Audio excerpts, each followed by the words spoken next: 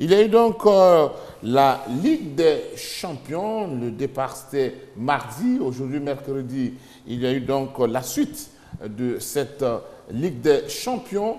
Des équipes qui ont très bien démarré. Je vais parler donc du Paris Saint-Germain, Real Madrid. Je vais parler de l'équipe de Juventus. Messieurs, une bonne entrée pour l'équipe du PSG. 2-0. Oui, le Paris Saint-Germain a très bien commencé son affaire parce que le Paris Saint-Germain, à mon avis, venait de faire un match nul en championnat contre Bordeaux. Un match nul qui a été supporté difficilement, qui a été avalé difficilement. Et donc, il leur fallait bien commencer. Et dans ce genre de situation, quand vous êtes en plein doute et que vous battez votre premier adversaire en Champions League, eh bien, ça vous donne des ailes. Je pense que Paris a très bien commencé et ça pourrait leur donner des ailes pour le futur. Alors, mais Paris qui a très bien commencé, vous, c'est toute une fierté. Hein? Allez-y. Non, c'est objectivement que je veux parler du Paris Saint-Germain parce que ce n'est pas vraiment mon équipe. Mais il faut dire que la Coupe de la Ligue des Champions a véritablement commencé avec l'entrée en lice des plus grands compétiteurs, des plus grands clubs. Ce sont tous de grands clubs, mais il faut dire que dans quelques mois, ce seront les plus grands parmi ces grands clubs que l'on va retrouver. Et il serait intéressant d'en faire partie. Donc, si vous voulez, cette première journée de la phase de poule, bon, elle n'est pas si importante que cela, mais elle donne des indices. Elle donne, par exemple, comme premier indice que les Parisiens ont confirmé qu'ils veulent aller plus loin que l'année dernière, qu'ils sont des prétendants au dernier carré. Voilà, et ça fait plaisir à leurs supporters parce que, bon, on sent que même si tout n'est pas au point, il y a quand même de l'amélioration dans cette équipe au niveau des individualités, n'est-ce pas? On s'est aperçu que l'Argentin Angel Di Maria qui est arrivé a vraiment apporté quelque chose et ce n'est qu'un début, n'est-ce pas? Et on se dit que les Parisiens pourront cette fois-ci prétendre à rentrer dans la cour des plus grands. Ils sont déjà dans la cour des grands, il faut bien le dire, mais il manque souvent l'étincelle qui leur permet d'aller encore plus haut. Mais c'est un bon point pour les Parisiens, n'est-ce pas, d'avoir commencé la compétition avec un 2-0. La défense n'a pas pris de but, c'est bon pour la confiance, c'est bon pour la suite de la compétition. Roger Boli, le Real Madrid, qui s'est très bien comporté en s'imposant face à l'équipe de Shakhtar Donetsk, 4-0. Il fallait aller chercher, hein, quand même. Écoutez, on a surtout vu encore un grand Cristiano Ronaldo qui nous a gratifié de très très beaux buts. Il marque un hat-trick de fort belle manière. Et puis aussi la qualité de cette équipe de Madrid qui a dominé complètement cette équipe de Shakhtar. Mais bon, je pense que sur ce match-là, il n'y avait qu'une seule équipe qui était sur le terrain, c'est celle du Real de Madrid. Allez-y, vous intervenez sur ce match? Bon, moi je pense que c'est vrai que le Real est au-dessus de Shakhtar de Donetsk, mais quand Roger dit par exemple que Cristiano Ronaldo a survolé cette rencontre avec un hat-trick, bon, je ne suis pas tout à fait d'accord parce que quand tu vois deux pénaltys coup sur coup, il y a le premier pénalty pratiquement, il est donné gracieusement au Real Madrid, le ballon tape le dos du défenseur ukrainien et on accorde un pénalty. Après les cris de tous les supporters. Et donc pour moi, Cristiano Ronaldo, c'est vrai, c'est un grand joueur, marqué 2 pénaltys. Après, marqué notre but sans être flamboyant. Pour moi, bon, c'était pas bien. C'est tout à fait normal. Quand on regarde ces deux équipes-là, c'est le Real de Madrid quand même. Donc c'est pas surprenant qu'ils battent le Shakhtar. Alors un mot sur ce match qui laisse encore un souvenir un peu amer. C'est Manchester City qui se fait surprendre également sur ces installations par l'équipe de Juventus. Alors, messieurs, est-ce que, pour vous, qu'est-ce qui a fait perdre cette équipe de City? Mais disons que, d'abord, il faut rappeler aux Citizens que la Juventus est le dernier finaliste de la dernière Ligue des Champions face au Barça. Donc, c'est une équipe assez forte qui s'est dressée devant eux. Et puis, ce résultat montre que le championnat anglais n'est pas aussi fort qu'on le pense.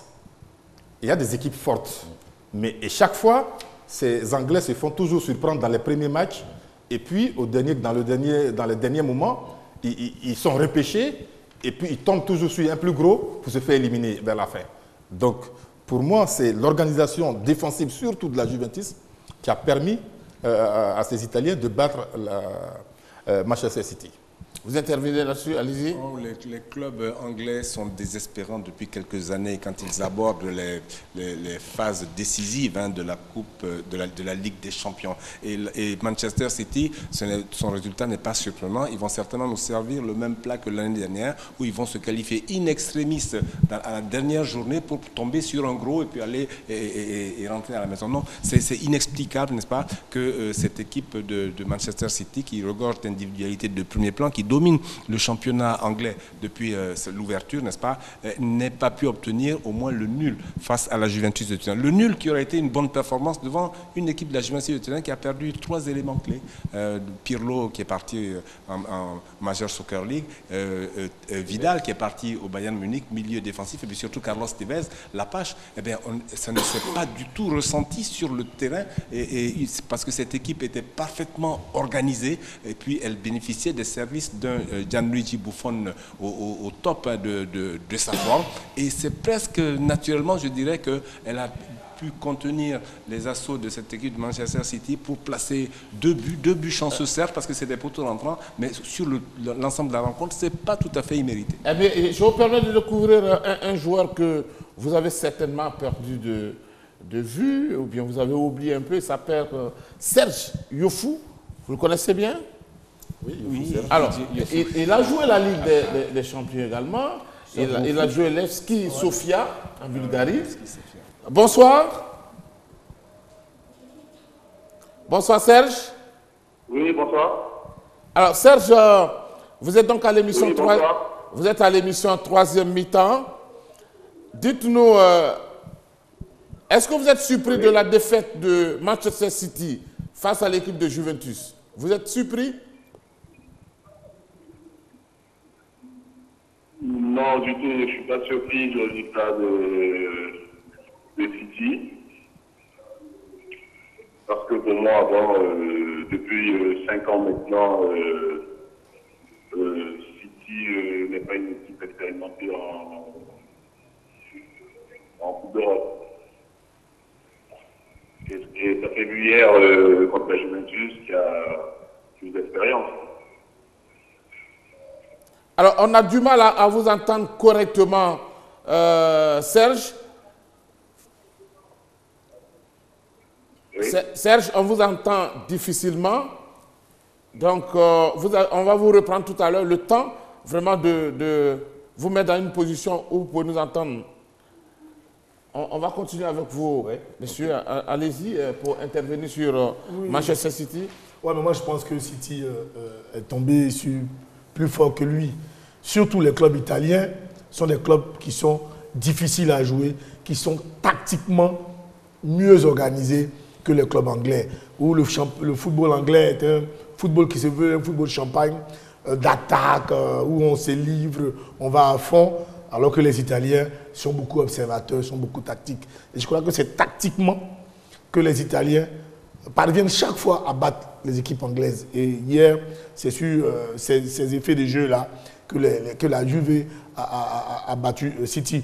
Mais c'est surtout moi ce qui m'a fait mal un peu, ce sont de telles performances-là font observer, je dirais, font dégringoler un peu le poids, la force de nos joueurs internationaux, comme Yaya, comme Boni Wifi qui revenait d'une blessure, à qui l'entraîneur a fait confiance pour prendre la place d'Alguero qui est le titulaire. Et quand il y a de telles performances, je pense que ça joue un peu sur un garçon comme Boni Wifi.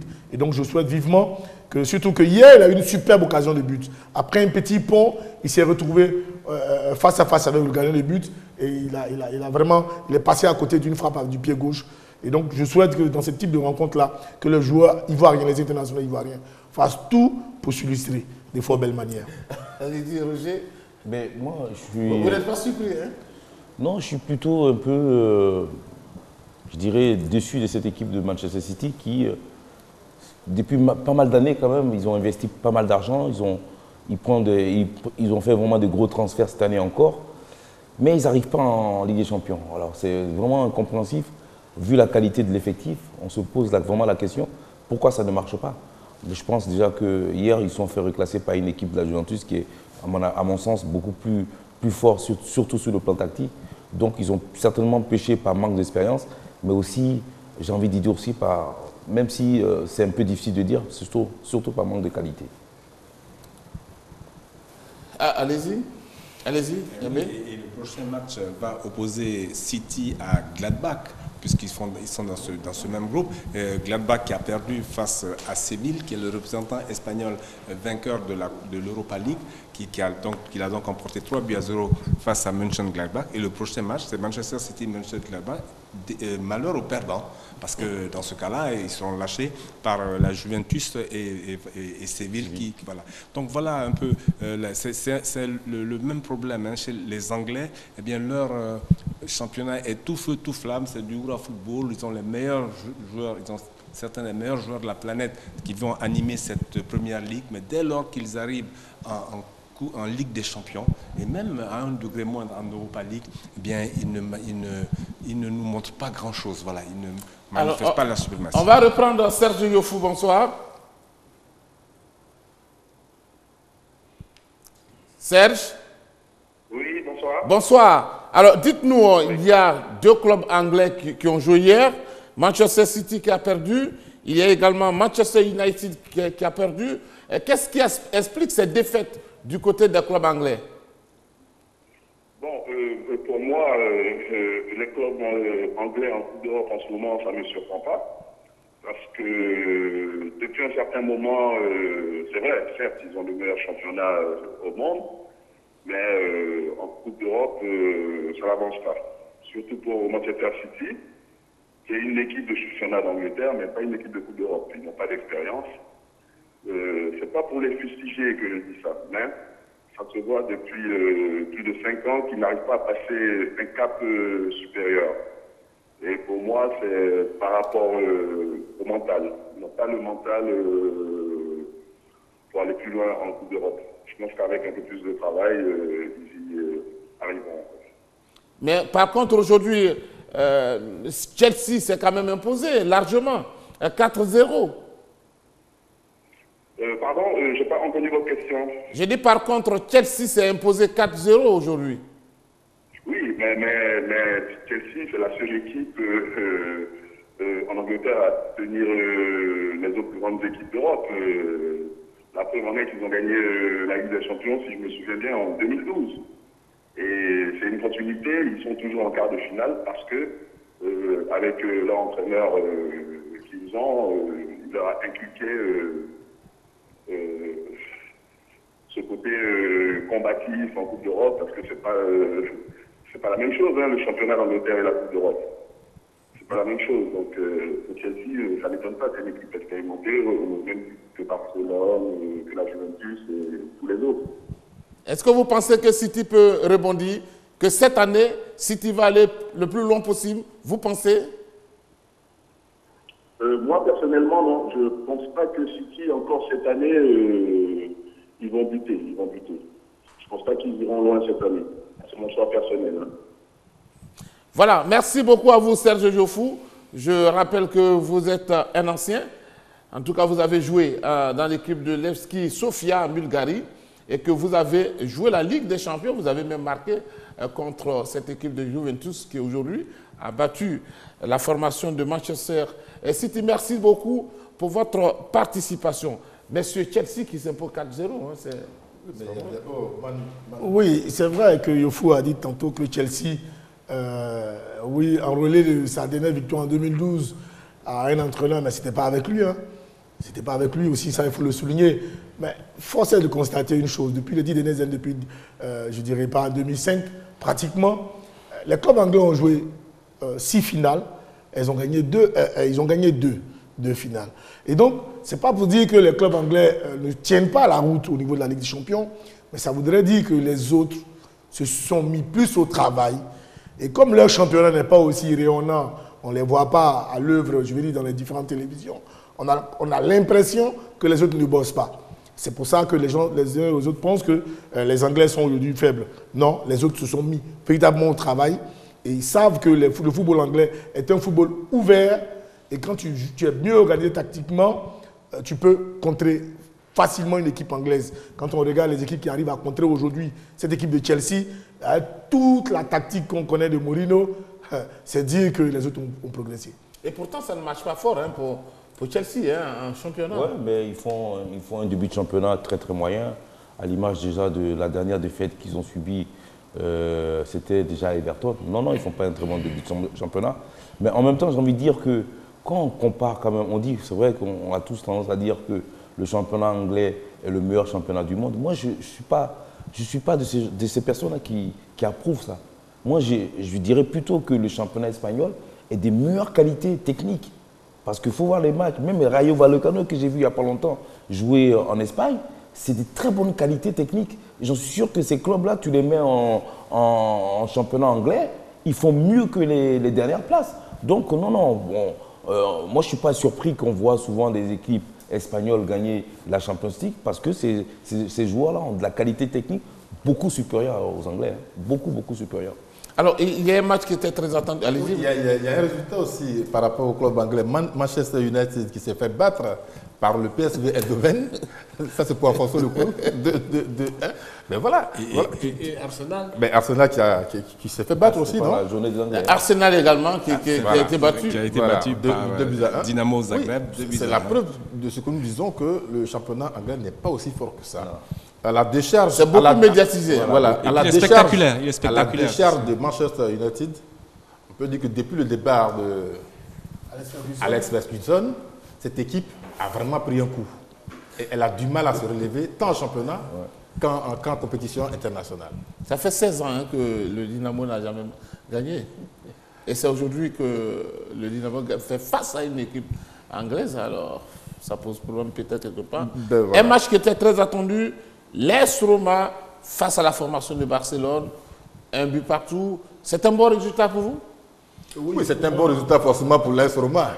Parce que dans un match qui oppose, j'allais dire, dans ces deux sorties-là, on n'a pas le Real de Madrid, mais il y a le duel à distance entre Cristiano Ronaldo et Lionel Messi. Je reviens à vous tout de suite. Khalil, bonsoir. Bonsoir Sébastien. Alors, Adam Khalil, il y a quelques Africains qui nous ont montré soit de bonnes choses, bien des choses qui n'étaient pas aussi à une bonne hauteur. Vous, qu'est-ce que vous avez retenu des Africains dans cette première journée de la Ligue des Champions? Je vais peut-être vous surprendre d'entrée parce que je suis quelque peu dessus des prestations de nos représentants africains dans cette Coupe d'Afrique. Vous savez, il y a un lien affectif entre la Ligue des Champions et l'Afrique.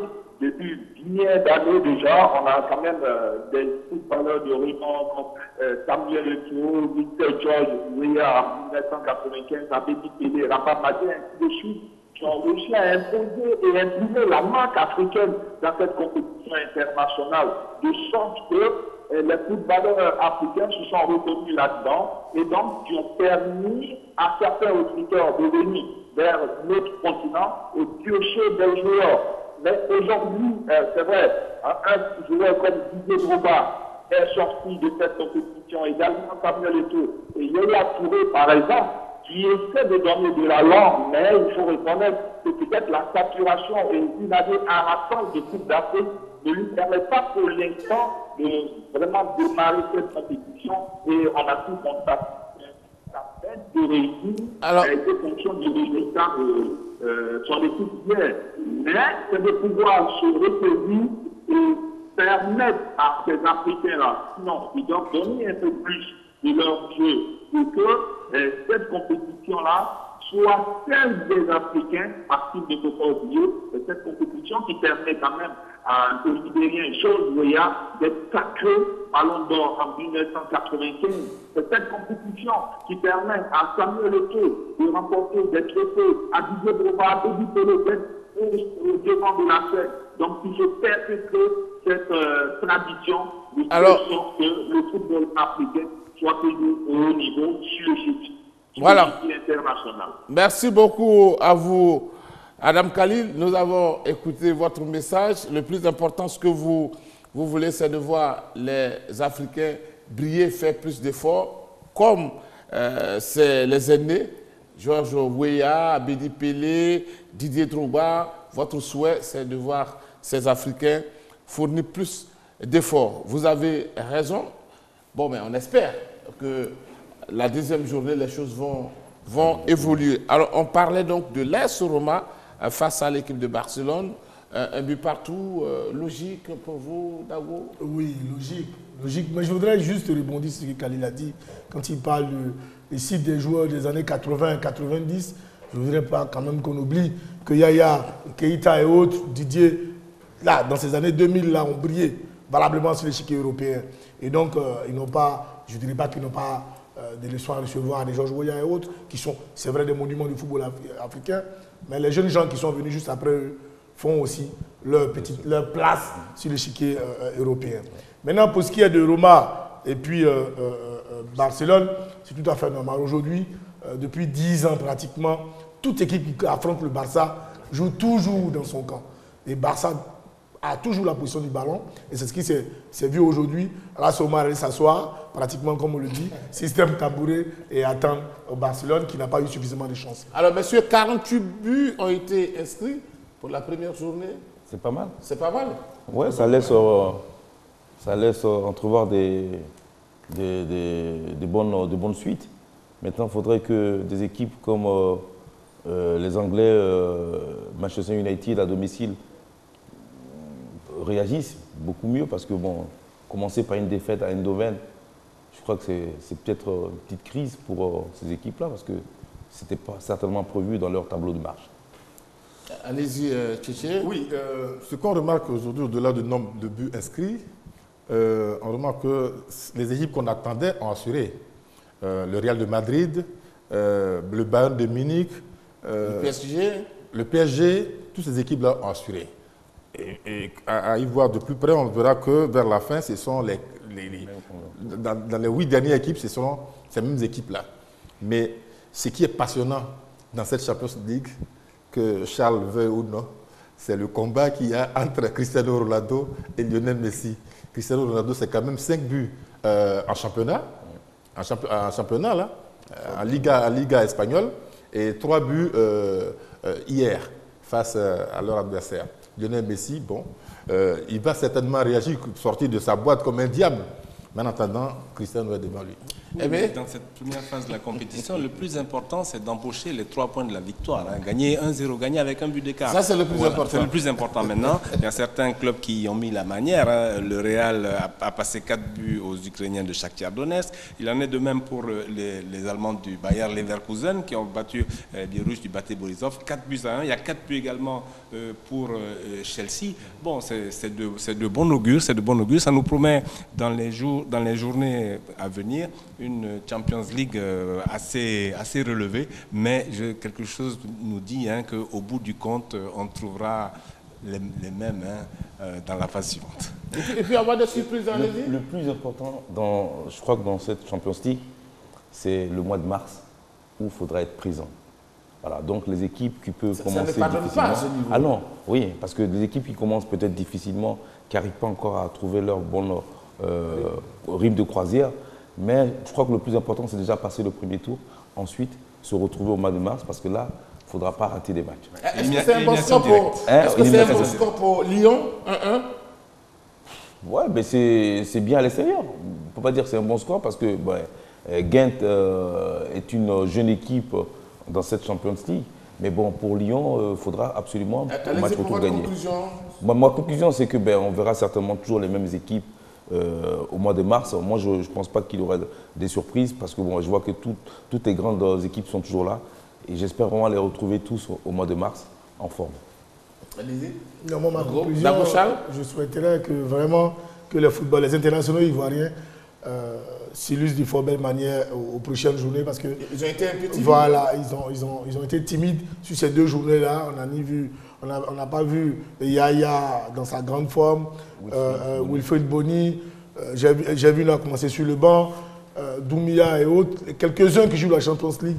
Je souhaite vraiment qu'ils soient dès maintenant dans la compétition au plus haut niveau. Et puis, pour les athlètes ivoiriens, vraiment félicitations à eux. Et puis, bon, que ces Jeux africains leur servent de tremplin pour vous parler des Jeux de futur. Allez-y, Aimé. La Ligue des Champions a 60 ans et elle est le spectacle le plus médiatisé au monde. Il y a longtemps que vous regardez la Ligue des Champions. Oui, le spectacle le plus médiatisé au monde après les JO et la Coupe du Monde de football. Et on va retrouver les plus grands des clubs, n'est-ce pas, et les prétendants que sont le Real Madrid, le Barça et le Bayern Munich. On risque de les retrouver dans le dernier carré avec des équipes surprises comme l'Atlético Madrid l'année dernière ou Dortmund l'année d'avant. Mais n'oubliez pas que cette compétition est jalonnée d'exploits retentissants et de surprises. C'est vraiment la piste aux étoiles. Allez-y, pour votre conclusion rapidement. Oui, je voudrais féliciter, moi, pour ma part, la Fédération ivoirienne d'athlétisme, même si elle n'est pas tout à fait... bon, on lui attribue quand même la victoire de ces garçons, puisque les autres se préparent en Europe et aux États-Unis. Je voudrais vraiment les féliciter, nos sprinteurs, parce qu'ils ont fait du bon travail, ils ont représenté dignement la Côte d'Ivoire. Sébastien. Voilà, en tout cas, merci beaucoup à vous, messieurs, pour votre participation à ce numéro de 3e mi-temps. Je rappelle que la Super D3 a démarré aujourd'hui et que ça va se poursuivre jusqu'à samedi prochain. On connaîtra les équipes qui vont monter en D2. Bonne suite de programme sur les antennes de la RTI. Efficace, économique et parfumé.